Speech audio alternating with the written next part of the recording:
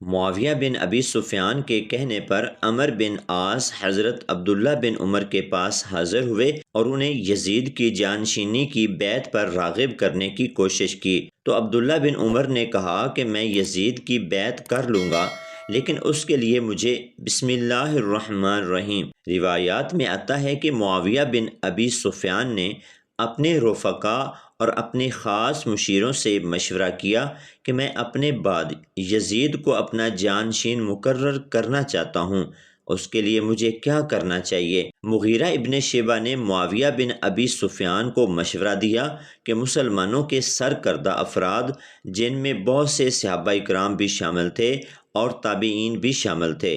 اور عام مسلمان انہی کی تقلید کیا کرتے تھے، ان گنے چنے افراد کو راضی کر لیا جائے تو باقی مسلمانوں کو راضی کرنا مشکل نہیں ہوگا۔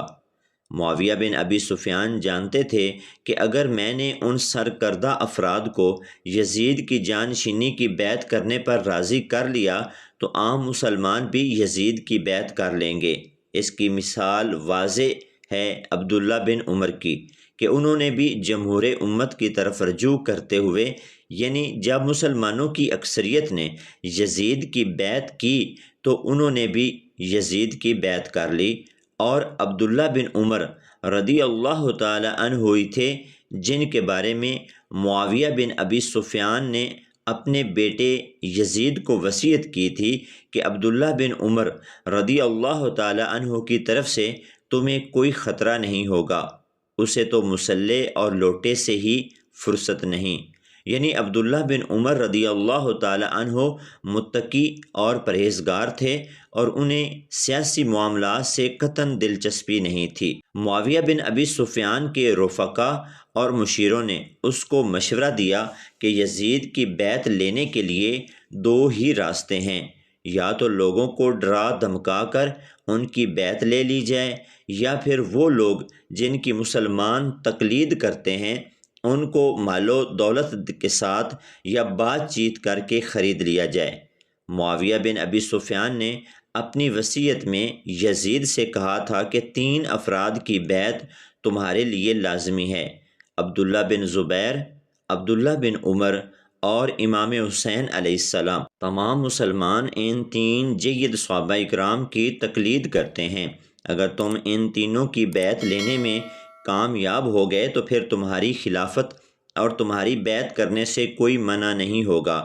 لیکن میں تمہیں کہتا ہوں کہ امام حسین علیہ السلام سے نرمی کا رویہ اختیار کرنا، کیونکہ وہ آل رسول ہیں، اور ایک شخص جو لومڑی کی طرح وار کرے گا وہ عبداللہ ابن زبیر ہے، ان سے محتاط رہنا، لیکن عبداللہ ابن عمر کی طرف سے تمہیں کوئی خطرہ نہ ہوگا۔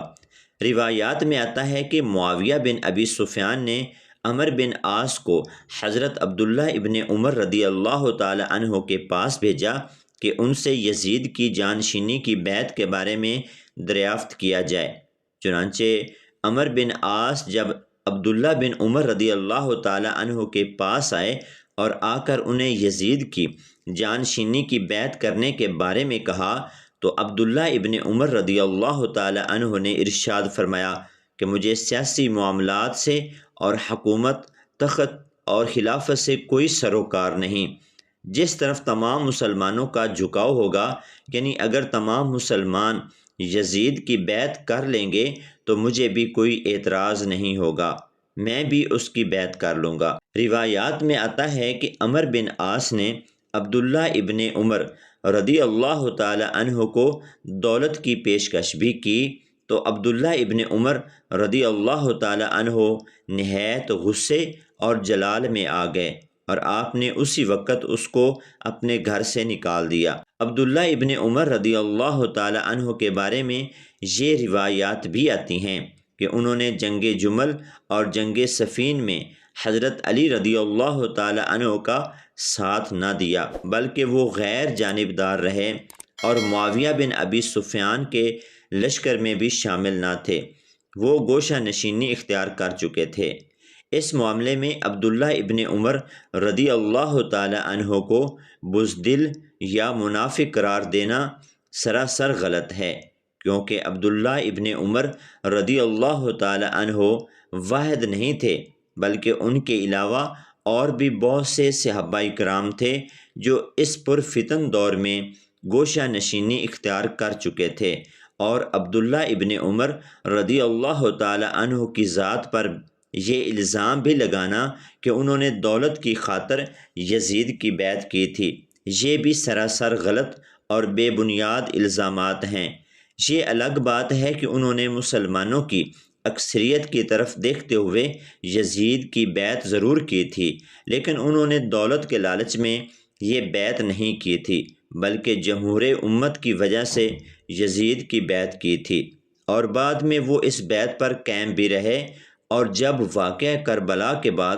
اہل مدینہ نے یزید کی بیعت کو توڑ دیا تو عبداللہ ابن عمر رضی اللہ تعالی عنہ ہی تھے جنہوں نے کہا تھا کہ جو لوگ یزید کی بیعت کو توڑ دیں گے میں ان سے لا تعلقی کا اظہار کرتا ہوں۔ جب دمشق میں یزید سے مل کر آئے تو لوگوں نے پوچھا کہ آپ نے یزید کو کیسا پایا؟ تو عبداللہ بن عمر نے کہا کہ یزید تو نیک انسان ہے۔ تو لوگوں نے کہا کہ یزید نے صرف آپ کو دکھانے کے لیے نیک اعمال کیے، بلکہ وہ ایسا نہیں ہے۔ تو عبداللہ بن عمر نے فرمایا کہ ہم نے تو جمہور امت کی وجہ سے اس کی بیعت کی ہے، اگر یہ خیر ہے تو ہم اس سے راضی ہیں، اگر یہ شر ہے تو ہم اس شر سے اللہ تعالیٰ کی پناہ مانگتے ہیں۔ عبداللہ ابن عمر نے